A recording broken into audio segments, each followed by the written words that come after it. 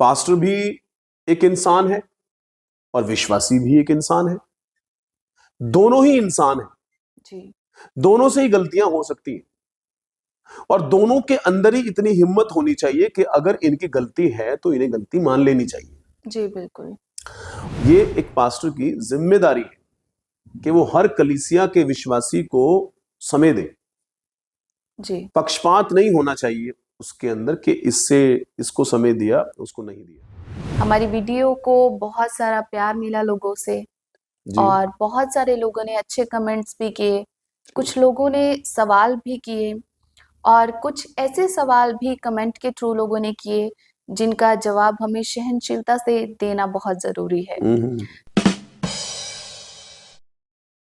Praise the Lord, सबको जय मसीह की। हमारे शो ट्रू लाइफ में एक बार फिर से आप सभी का स्वागत है। मिरेकल चर्च के director and chairman pastor Paul Vicky Ved ji, जिन्होंने लास्ट टाइम हमें बहुत सारे सवालों के जवाब दिए, एक बार फिर से हमारे बीच में है।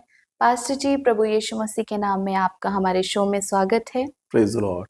कुछ सवाल हमने आपसे पिछली बार किए थे, हाँ जी, जिनके बहुत ही अच्छे जवाब आपने हमें दिए। हाँ जी, हमारी वीडियो को बहुत सारा प्यार मिला लोगों से जी और बहुत सारे लोगों ने अच्छे कमेंट्स भी किए, कुछ लोगों ने सवाल भी किए और कुछ ऐसे सवाल भी कमेंट के थ्रू लोगों ने किए जिनका जवाब हमें सहनशीलता से देना बहुत ज़रूरी है। तो पास्टर जी, उन्हीं कुछ सवालों को लेकर आज हम एक बार फिर से आए हैं। बिल्कुल।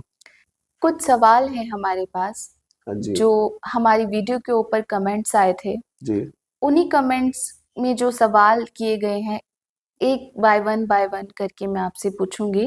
ठीक है। जिसमें से पहला सवाल मेरा आपसे है कि हमें कमेंट किया गया था कि कोई भी व्यक्ति अपनी मर्जी से या खुशी से चर्च नहीं छोड़ता अगर चर्च का माहौल ही अच्छा ना हो, तो क्या वहां हमें रुकना चाहिए?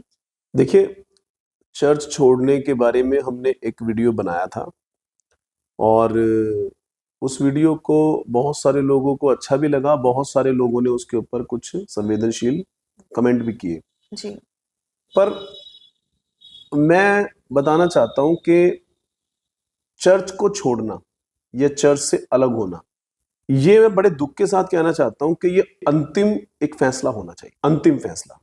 उससे पहले हमें बहुत सोचना चाहिए, कार्य करना चाहिए। बाइबल कहती है कि अगर हमारा कोई भाई के साथ हमारी अनबन है तो हम उसे समझाएं।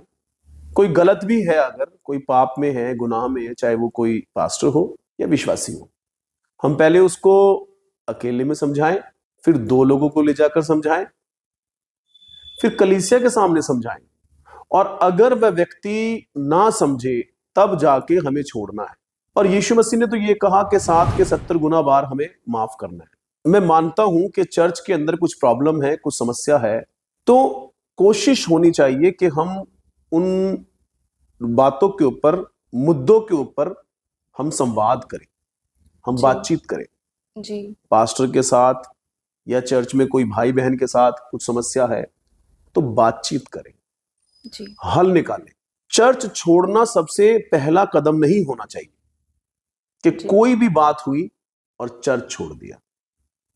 जैसे पास्टर आपकी बात सुन नहीं रहा है तो चर्च छोड़ दिया, या पास्टर ने आपको डांट दिया तो चर्च छोड़ दिया, जी या पास्टर ने आपसे ज्यादा किसी और को अहमियत दी तो चर्च छोड़ दिया।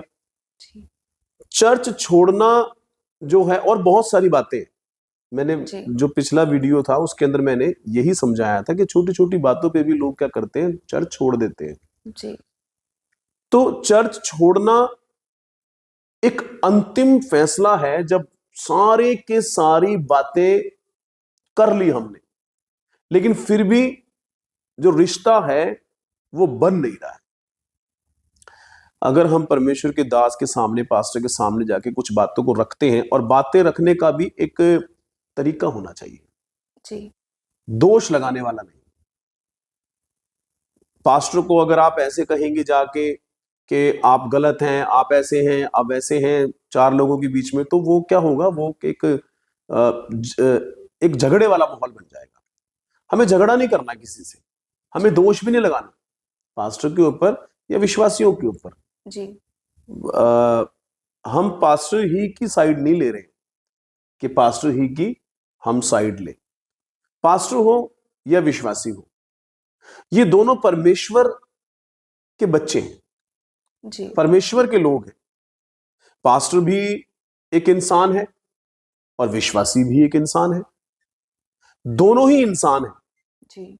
दोनों से ही गलतियां हो सकती हैं और दोनों के अंदर ही इतनी हिम्मत होनी चाहिए कि अगर इनकी गलती है तो इन्हें गलती मान लेनी चाहिए। जी बिल्कुल। और दोनों को ही ये समझना है कि हमें माफ करने का वरदान दिया गया है। परमेश्वर ने हमें ये कहा है यदि तुम माफ करोगे तो तुम्हें भी माफ किया जाएगा। जी। सो यदि हमसे कुछ गलती हुई है, चाहे पास्टर है चाहे विश्वासी है, उसे माफी मांग लेनी चाहिए। जी। हमें आपस में बात करनी चाहिए। मैं आपको एक उदाहरण बताता हूं। जी। मान लीजिए विश्वासी की ही हम बात करते हैं। विश्वासी को कोई बात पास्टर की अच्छी नहीं लग रही है, जी। तो वो जाके पास्टर से मिले, उससे समय ले, अपने घर पे बुलाए या उनके घर पे जाए, चर्च में जाए और टाइम ले के पास्टर मैं आपसे कोई बात करना चाहता हूं, मिलना चाहता हूं, कुछ सवाल हैं मेरे। तो जब भी पास्टर उसे समय दे, और पास्टर को भी चाहिए कि वो हर विश्वासी को वो समय दे, जी। टाइम निकाल के उनसे मिले, चाहे कलीसिया छोटी हो या बड़ी हो, चाहे पास्टर बाहर जाता हो या लोकल रहता हो, उसे हर कलीसिया के व्यक्ति को टाइम देना अनिवार्य है। जी। ये एक पास्टर की जिम्मेदारी है कि वो हर कलीसिया के विश्वासी को समय दे। जी। पक्षपात नहीं होना चाहिए उसके अंदर कि इसको समय दिया, उसको नहीं दिया। सो जब उसके पास, पास्टर के पास हम जाते हैं, विश्वासी जाए, तो वो उससे बात करे कि पास्टर हो सकता है कि मुझे ऐसा लगता हो, ऐसी बात ना हो सकता है मैं गलत हूं जो मैं बात अभी बोलने जा रहा हूं, मेरी नासमझी हो सकती है। हाँ तो जी। पहले से ही मैं माफी मांग रहा हूं, पर मुझे ऐसा महसूस होता है कि ये चीज चल रही है हमारे बीच में, हमारे चर्च में चल रही है, या आपकी जिंदगी में चल रही है, या प्रभु ने मुझे बताया है, या मैंने महसूस किया है आप मेरे साथ पक्षपात कर रहे हैं, मुझे ऐसा महसूस हो रहा है, हो सकता है मैं गलत हूं। आपकी जो भी बात है, जो भी चीज है, पास्टर के सामने बड़ी ईमानदारी से रखिए, सलीके से रखिए। चाहे वो पास्टर हो, मैं तो कहता हूं कोई भी इंसान हो, किसी भी इंसान के सामने अगर हम इस तरह से बात करेंगे तो वहां पे सुलह होगी, जी बिल्कुल। मेल मिलाप होगा। जी। मेरा कहने का मतलब है चर्च को तोड़ने वाला परमेश्वर नहीं है, बिल्कुल। शैतान है। हम मेल मिलाप के विरोध में नहीं है, मतलब हम चाहते हैं कि चर्च के अंदर पास्टर का और विश्वासी का मेल मिलाप हो, पास्टर और विश्वासी टूटे ना, वो एक दूसरे को माफ करके परमेश्वर की महिमा के लिए आगे बढ़े।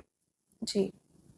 देखिए, जब वो इस तरीके से बात करेगा तो ऑटोमेटिकली, अगर समझदार व्यक्ति होगा, कोई पवित्र आत्मा पाया हुआ व्यक्ति होगा या वचन को जानता होगा, तो वो कहीं ना कहीं वो कहेगा हाँ जी बताइए।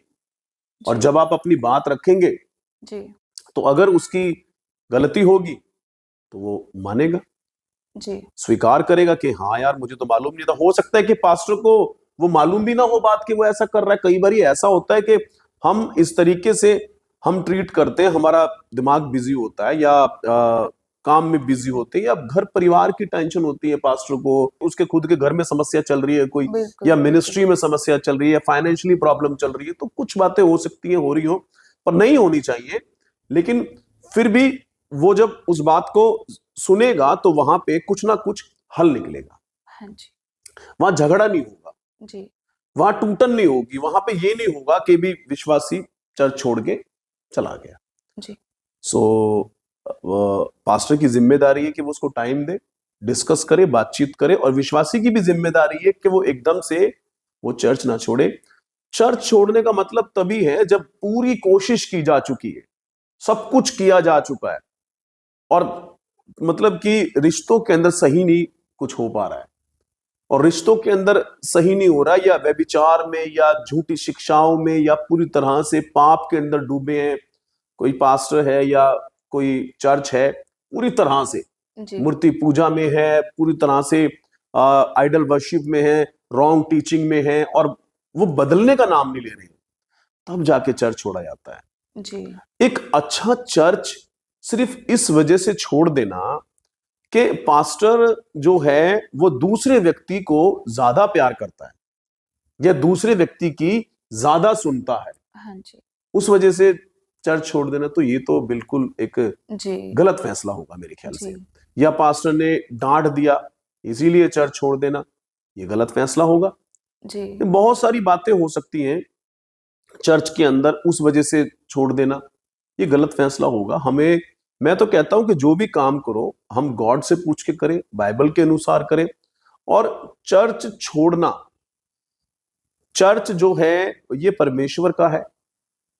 जिस भी चर्च के अंदर हम जाते हैं, शुरू से जहां जा रहे हैं हम लोग, जी वहां परमेश्वर ने जोड़ा है हमको। जी और बिल्कुल यही हो सकता है कि चर्च में जब जाते हैं तो परमेश्वर की आराधना के लिए हम जाते हैं, ना कि हम चीजों को सुधारने के लिए। हमें खुद में सुधार होना चाहिए। और जी सिद्ध कोई पास्टर नहीं है, कोई विश्वासी नहीं है, लेकिन हाँ हमें सिद्ध होना है। ये नहीं है कि हमें पाप में हम पड़े रहे, जी हमें बिल्कुल आगे बढ़ना है। बिल्कुल। हाँ जी, इसमें से ही एक और सवाल मैं आपसे पूछना चाहूंगी। हाँ जी। कुछ लोगों को मैंने कहते सुना है, और अभी हमारा लास्ट वीडियो में भी एक कमेंट भी था हाँ जी। जिसमें ये क्वेश्चन किया गया है कि चर्च में जो है भेदभाव किया जाता है, हम्म अमीर गरीब के बीच में भेदभाव किया जाता है, मुंह देखा न्याय किया जाता है। हम्म तो